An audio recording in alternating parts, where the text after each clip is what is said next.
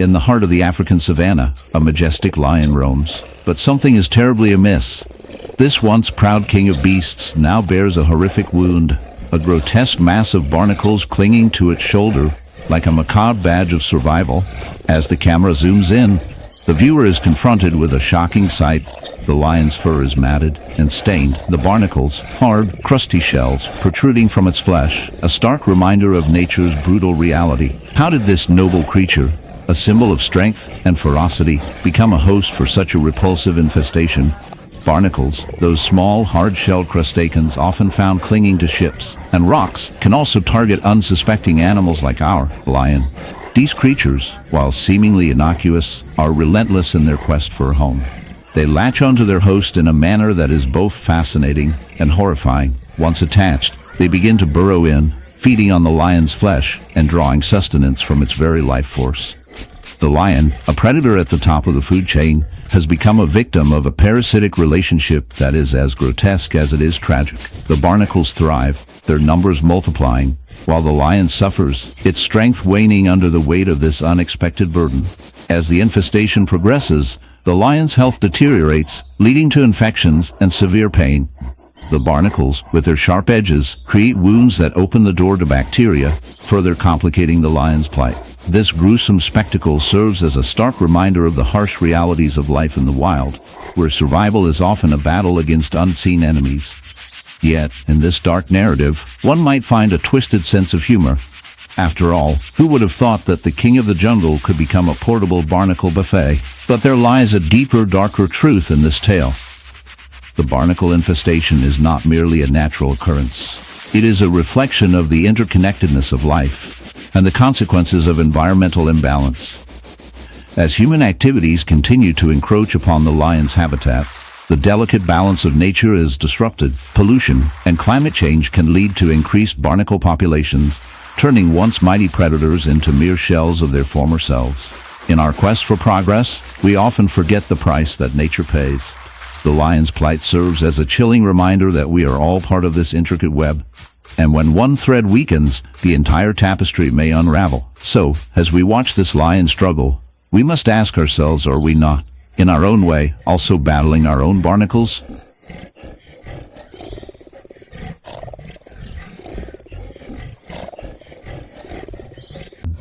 In the heart of the African savanna, where the sun beats down mercilessly and the air shimmers with heat, a cheetah prowls. But this is no ordinary hunt. This is a tale of survival marred by an unsettling affliction. As the camera zooms in, the viewer is confronted with a shocking sight, a gaping wound festooned with grotesque barnacles, clinging stubbornly to the cheetah's once sleek and powerful body. These marine crustaceans, typically found on the hulls of ships, have made an unexpected home on this land-dwelling predator, turning its majestic form into a living canvas of horror. How did this happen? What drives these barnacles to invade the territory of such a fierce creature? Barnacle infestation, while a natural phenomenon in aquatic environments, becomes a grotesque anomaly when it occurs on terrestrial mammals. The cheetah, in its desperate search for water, may have ventured too close to a contaminated water source, where larvae of these barnacles, known as saprids, latch onto any available surface. Once they find a host, they burrow in, feeding off the nutrients beneath the skin. The cheetah's immune system, overwhelmed and unable to combat this bizarre attack. The barnacles, with their hard exoskeletons and sticky appendages, create a horrific spectacle. They thrive in this dark symbiosis, while the cheetah suffers in silence, a victim of nature's cruel twist. As the camera lingers on the cheetah's plight, one cannot help but reflect on the ethical implications of this scenario. Humans, in their relentless pursuit of progress, have polluted the very ecosystems that sustain wildlife. This cheetah struggle is not just a story of survival. It is a dark reminder of our impact on nature. The barnacles, in their grotesque glory, symbolize the unintended consequences of human actions, pollution, habitat destruction, and climate change. As we marvel at the beauty of the natural world, we must also confront the ugly truths that lie beneath the surface. So, as we witness this cheetah's battle against its barnacle invaders, let us remember nature is not always the beautiful tapestry we imagine. Sometimes, it's a grotesque struggle for survival, where even the fastest land animal can become a host for the unlikeliest of parasites. And in the end, perhaps the real joke is on us. While we laugh at the absurdity of barnacles on a cheetah, we must ask ourselves who really is the parasite in this equation.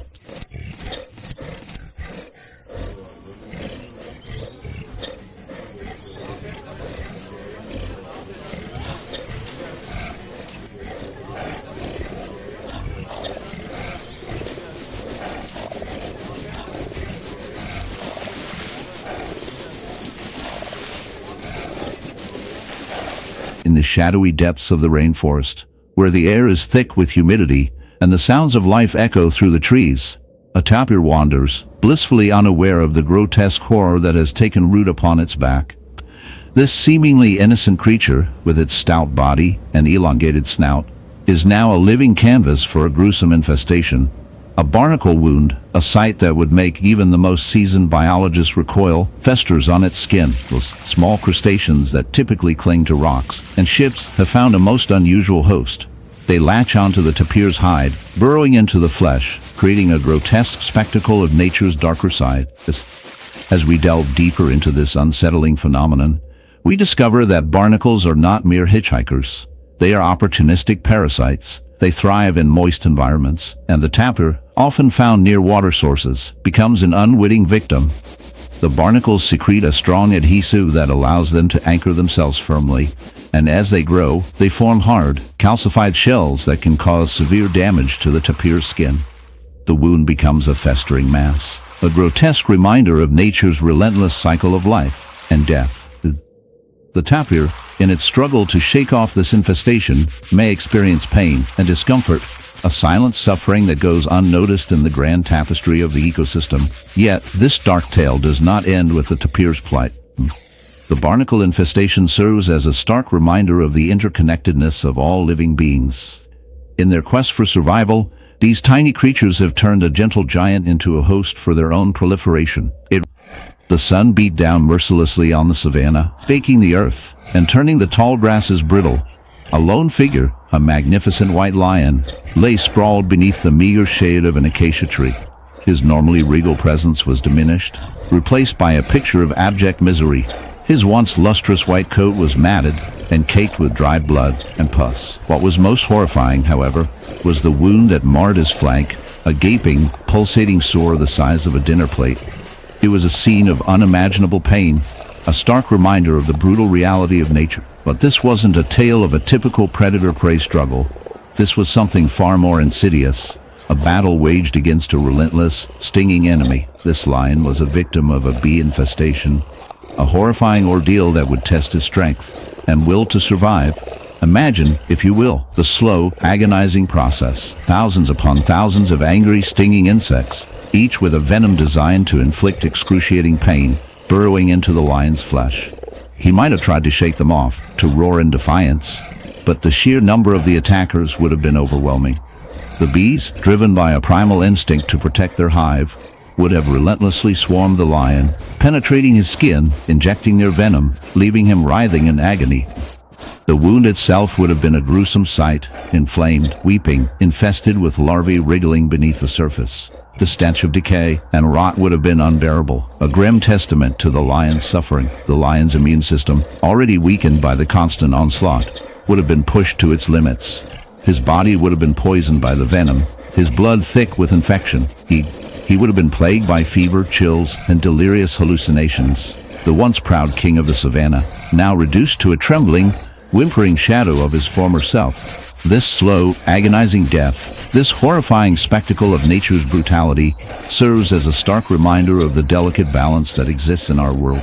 It forces us to confront the harsh realities of the natural order, a world where life and death are inextricably intertwined, where survival depends on strength, cunning, and a touch of luck. It makes us question our own place in this grand scheme of things, our own capacity for both compassion and cruelty. We, as humans, often view ourselves as separate from nature.